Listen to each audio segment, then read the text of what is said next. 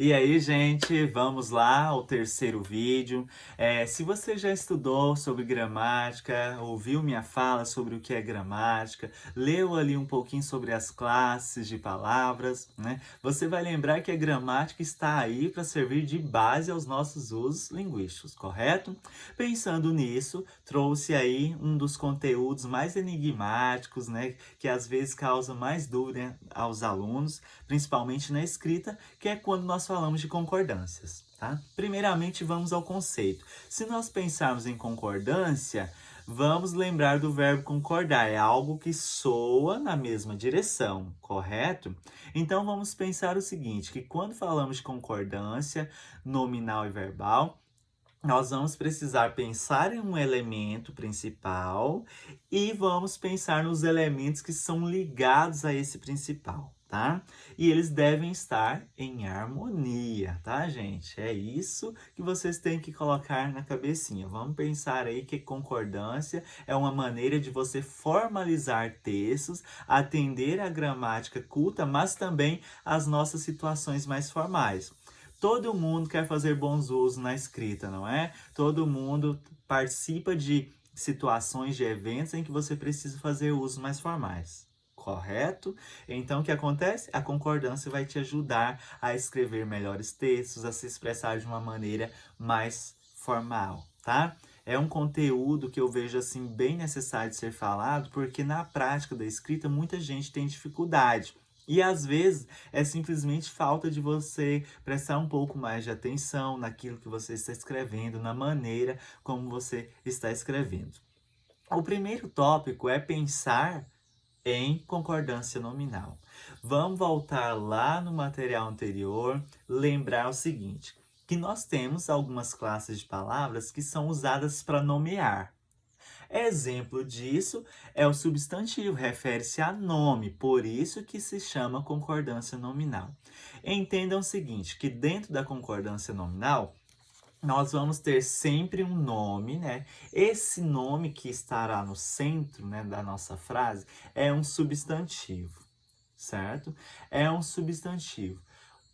Os demais elementos podem ser adjetivos, podem ser artigos, podem ser pronomes, podem ser numerais. Acontece que esses outros elementos, essas outras 4 classes de palavras, sempre devem concordar com o substantivo em. Daqui a pouco eu volto a mostrar. Devem concordar em gênero, tá, gente? Masculino e feminino, e em numeral, singular ou plural. Voltando aqui à folha, quer dizer o quê? Quer dizer que se nosso substantivo é feminino e se esse substantivo está no plural, os outros elementos devem concordar com ele em gênero e em número. Essa é a grande sacada da concordância nominal. É claro que nós temos regrinhas que vocês vão estudar, vão perceber um pouco melhor ao abrir aí no módulo 1 o material do professor Jorge Viana chamado Concordâncias Verbal e Nominal. O que acontece aqui? Vejamos. As é o nosso artigo que está também no plural e está no feminino, para concordar com quem? Alunas. Nossas aqui eu vou entender que tem a função de um pronome que indica posse. Também está concordando com o nosso substantivo. Duas, vai concordar com quem? Substantivo em gênero e em número.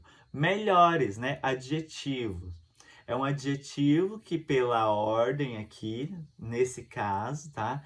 As nossas 2 melhores alunas. Vamos entender que esses melhores está concordando com alunas, beleza? Em número, e se a gente for analisar o contexto todo, a gente vai entender que há uma indicação de gênero no feminino, tá? Então, essa é a grande ideia para entendermos o que é a concordância nominal.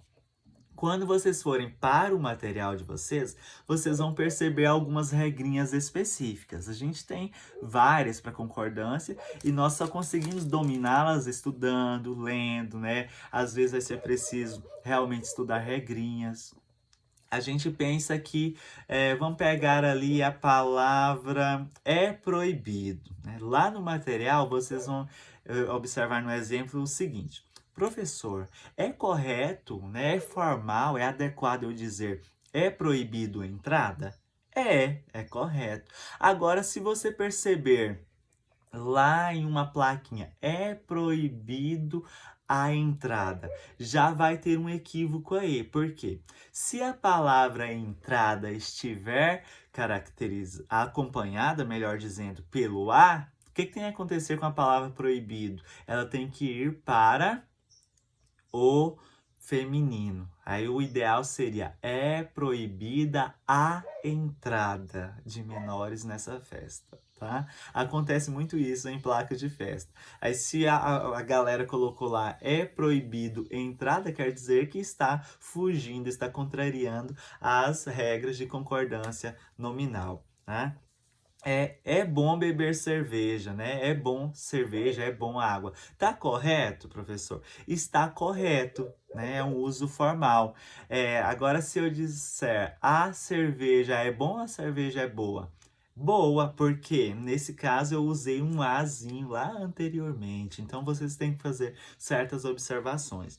Uma curiosidade que eu acho bem interessante para vocês observarem em relação à palavra menos. Eu quero dar um toque em relação à palavra menos, tá, gente?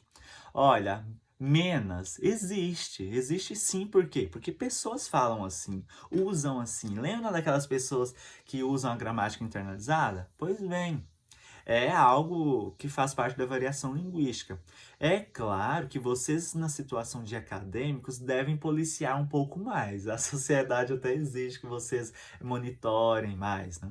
Então, o mais adequado é nós falarmos menos pessoas, menos coisas para fazer, tá? E vocês vão evitar o uso do menos nessas situações mais formais, com certeza, porque a gramática, né, os usos mais formais exigem estratégias diferentes.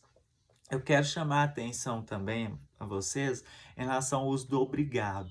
Quem é que usa obrigado? O gênero masculino para se referir tanto, né, agradecer tanto a uma mulher quanto a outro homem. Ele vai dizer obrigado, as mulheres vão dizer obrigada, né? Questão de concordância nominal. Outro detalhezinho que eu acho muito peculiar é em relação ao uso da palavra meio, gente. Olha, quando eu pensar em meio para quantidade, vai sofrer variação, tá? Mas, olha só, eu bananando aqui. Vamos voltar a um exemplo, lembrar de um exemplo.